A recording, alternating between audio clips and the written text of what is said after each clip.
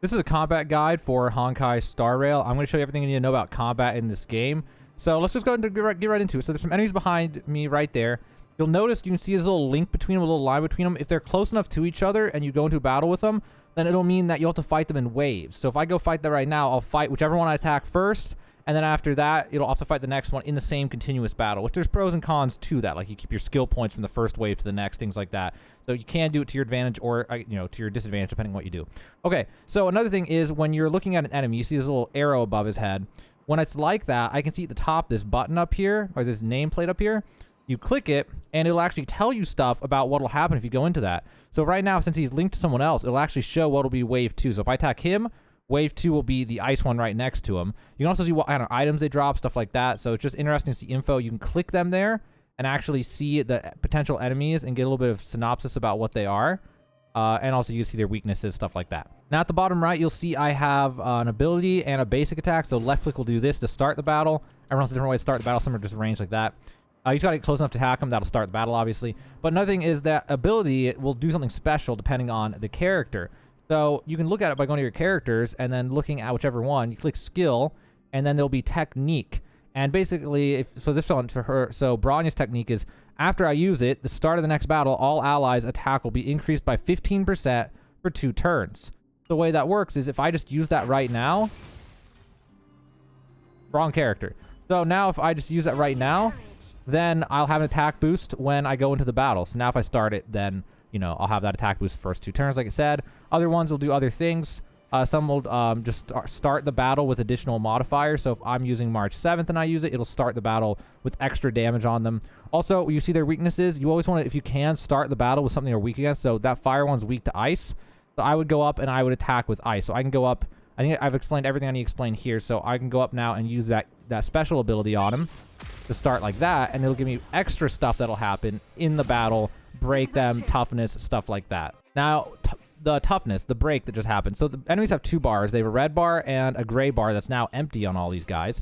And if you attack them with whatever they are weak against, it will drain some of their toughness depending on how much damage that you do to them. And once their toughness goes all the way down, they'll receive a special effect, debuff effect, so to speak, depending on what it is that you broke them with. So if I break them with physical, which is that one on the left, then they'll get a small damage over time. That's just it. They'll get damage over time for 1 or 2 turns or whatever. And then the ice one, which is arguably the best in the game, in my opinion, if I break them with an ice one, they'll get this freeze effect, which basically skips their next turn. It's kind of a little more nuanced than that. Sometimes, they attack faster afterwards sometimes, but still, you just skip a turn basically if you freeze them, if you break them with a freeze ability like that. Most of them just do damage over time. Fire, wind, etc. Most of them just do damage over time. So ice is really the exception, and it's really, really good. Okay, so another thing is left over here, you can see the turn order. And if you tap over here on someone, you can see a number with it. And that's like how much speed they have till their next turn. So if I use something that buffs their speed, it will subtract from that number. And then they'll get to go next, potentially. And the enemies usually attack in waves. So not always, but often you'll see them attack like 1, 2, 3 like this. And you can also get this all messed up by freezing them and doing all sorts of different things to them. Okay, and another thing is you can hit this button up here, the little pause button, and it'll bring up some extra stuff. It'll show you what your objective is in this battle. You can change sound settings, system keys. More importantly, this last tab, you can choose whether or not to display that number without tapping over there. So now it'll show it all the time. That's something you can do that's also really helpful. Now, the next thing to talk about here is at the bottom right, we have our basic attack and our skill. Now, basic attacks will give us a skill point. So the thing I have 4 of, those are skill points. If I use an ability, then it'll use a skill point up. If I use a basic attack, it will give me a skill point. So skill point management is critical to surviving any battle and winning battles in general. So always be aware of your skill points and think ahead of whose turn's coming next, what abilities they have, and why you would or wouldn't want to use a skill versus using a basic attack. Now, that's not the only thing that you have in your arsenal, though. You also have these buttons, which are ultimates. Now, all of mine are empty right now. I don't have energy for them. We'll talk about energy in a second. But when you attack and receive damage and heal and just do anything, you'll get energy when you do that. And when you get enough energy, it'll fill the circle here for whatever ultimate each person has. And then you'll be able to use your ultimate ability. You can see that by clicking down here, you can see more info in the battle. And you can look at skills whenever you want in the battle. You can see what the ultimate is for each person. You can see what their talent is, their tech, skill, etc. You can see what light cone they have equipped even. and you see details about what's going on in the battle. And while we're in this screen, this is where you can see debuffs and stuff. So if I have like a burn on me, it'll say it here. It'll say how many turns it has remaining. Any status effects on you will be listed right down here. You can also see the enemies by clicking up here, and then you'll be able to look at their skills and see what abilities they have, which is really important later on, knowing what is going to happen in a battle if you don't already know an enemy and what's going to happen with it. All right, so backing out of that, once you have your ultimate, the thing that's really powerful and important to know about an ultimate ability in this game is that you can interrupt combat. So you can't interrupt once something's already happening. So if I am attacking here, I can't interrupt right there. But once it's over, it'll interrupt. So you can queue it up. So whenever you hit it, it'll queue it up.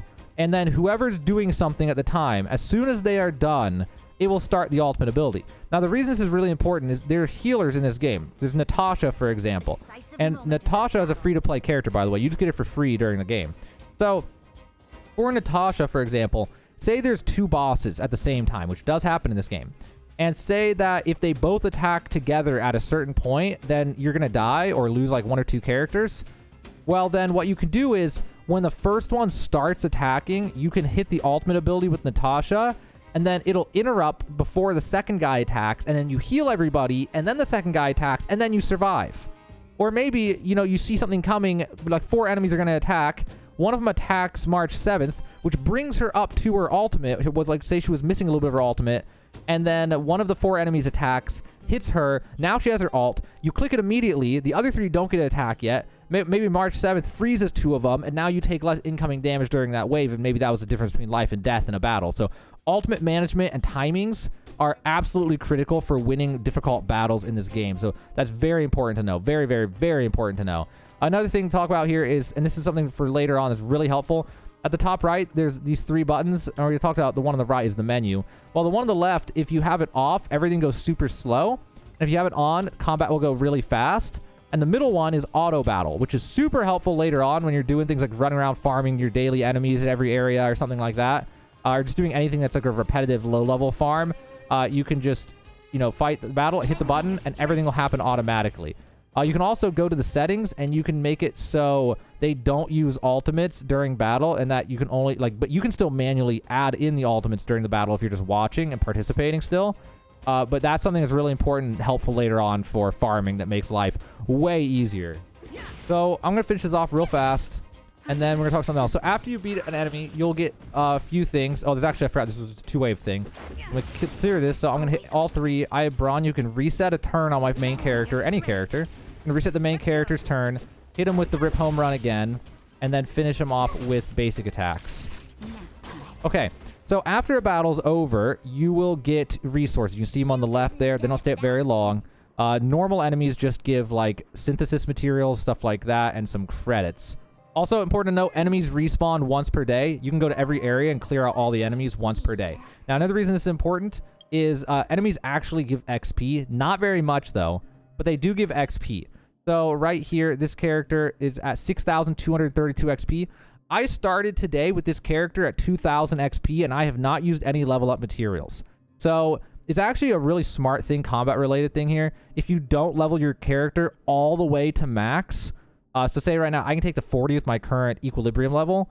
If I took my character to 38, that would be smarter because then I would get free XP while I'm still doing things and getting, you know, further through the game until I get my equilibrium level 2. So that's something combat related that's also really helpful to know. Another thing with combat that's really important, save your life, up here is your inventory.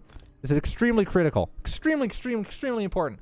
So there are these items you can buy at different places. You can buy them at vending machines and shops and things in different worlds and stuff.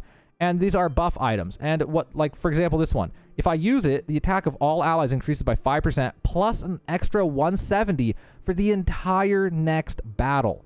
Where this one does defense, this one does HP. So you can use one of these, and after you use it, you run up and go fight something, and that next battle, you'll have that buff. That is a game-changing thing with combat in this game that can literally make the difference between winning certain battles when you're, like, not quite strong enough for a certain battle. Also, another thing about combat that's important to know is, you know, energy generation and stuff.